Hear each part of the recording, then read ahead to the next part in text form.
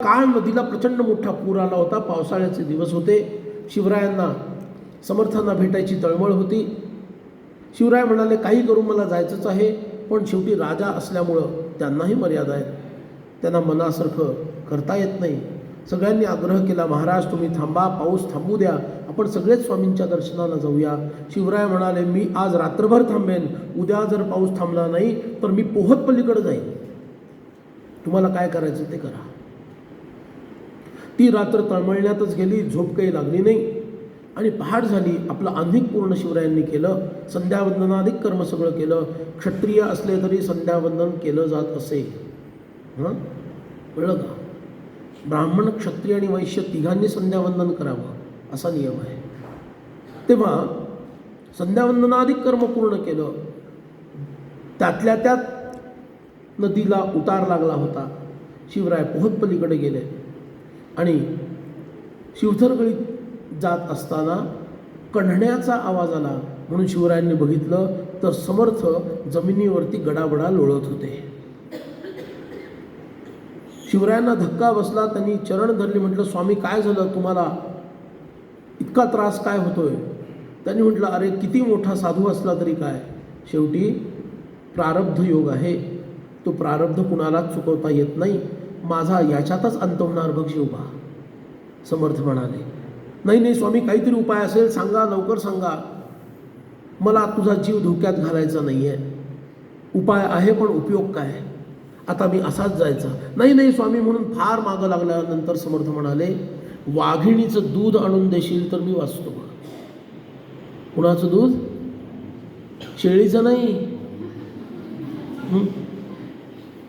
वाघिणीचं दूध आणून देशील तर वाचतो. आपण आशीर्वाद द्या, इतकंच शिवराय म्हणाले आणि जंगलामध्ये शिरले. जंगलामध्ये शिरल्यानंतर एक छावा त्यांना दिसला. ज्या अर्थी छावा आहे त्या अर्थी वाघीण जवळपास कुठंतरी असलीच पाहिजे. म्हणून ते जगदंबा मातेचं स्मरण करतायत की काय वाटेल ते होऊ दे, पण हिचं दूध मला प्राप्त होऊ दे. आणि एकदम गर्जना झाली वाघिणीची आणि शिवराय मागं वळून पाहणार एवढ्यात तिनं मान धरली शिवरायांची आणि खाली पाडलं शिवरायांना. त्या स्थितीमध्ये शिवाजी महाराज तिची आई म्हणून प्रार्थना करतात. विचार करा, तू वाघीण जरी असलीस तरी शेवटी तू एका बालकाची आई आहेस. मीही तुझंच बालक आहे. माझ्या गुरूंना तुझ्या दुधाची अत्यंत आवश्यकता आहे. तू मला नंतर वाटलं तर खाऊन टाक, पण आत्ता मला दूध दे. माझ्या स्वामींना तुझं दूध आवश्यक आहे. आणि इतकं बोलल्यानंतर शिवराय वळून पाहतात, वाघीण पण नाही आणि कुणीच नाही. समर्थ स्वामी तिथं समोर उभे आहेत. समर्थ तिथं उभे आहेत आणि आशीर्वाद देतात आणि म्हणतात, अरे गुरुसाठी जीव धोक्यात घालणारा तुझ्यासारखा शिष्य, तुला कशात आयुष्यात काही कमी पडणार नाही, मी तुला आशीर्वाद देतो. समर्थांनीही त्यांची काय केली? परीक्षा घेतली. वाघीण तेच बनले होते. मायावी वाघीण निर्माण केली होती, पण शिवरायांची परीक्षा अशा पद्धतीनं समर्थांनी घेतली. 18 शस्त्र समंत्रक शिवरायांना समर्थांनी दिली आणि सांगितलं, दिग्विजयी भव. आणि दक्षिण दिग्विजय शिवरायांनी त्यानंतर केलेला आहे. अशा अनेक कथा शिवसमर्थांच्या आहेत.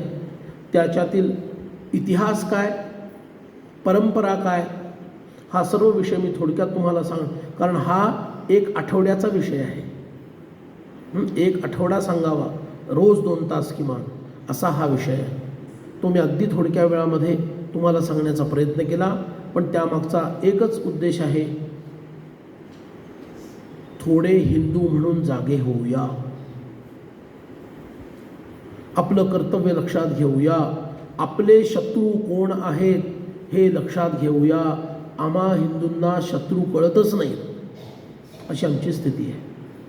शिवरायांनी बरोबर हेरले ते शत्रू कोण, ते बरोबर हेरले. ज्याला शत्रूंचा अचूक बोध झाला तोच विजयी होतो, लक्षात घ्या. ज्याला शत्रूचा बोध होत नाही त्याला सगळे मूर्खात काढतात. म्हणून थोडं जागं होऊया आणि महिलांनी सुद्धा राष्ट्र धर्म या विषयांमध्ये रुची घ्यावी. आणि हे विषय आपल्या मुलींना विशेष करून शिकवावेत, समजावून सांगावेत आणि त्यांना सुद्धा रणरागिणीप्रमाणे निर्माण करावं, कारण हीच काळाची गरज आहे.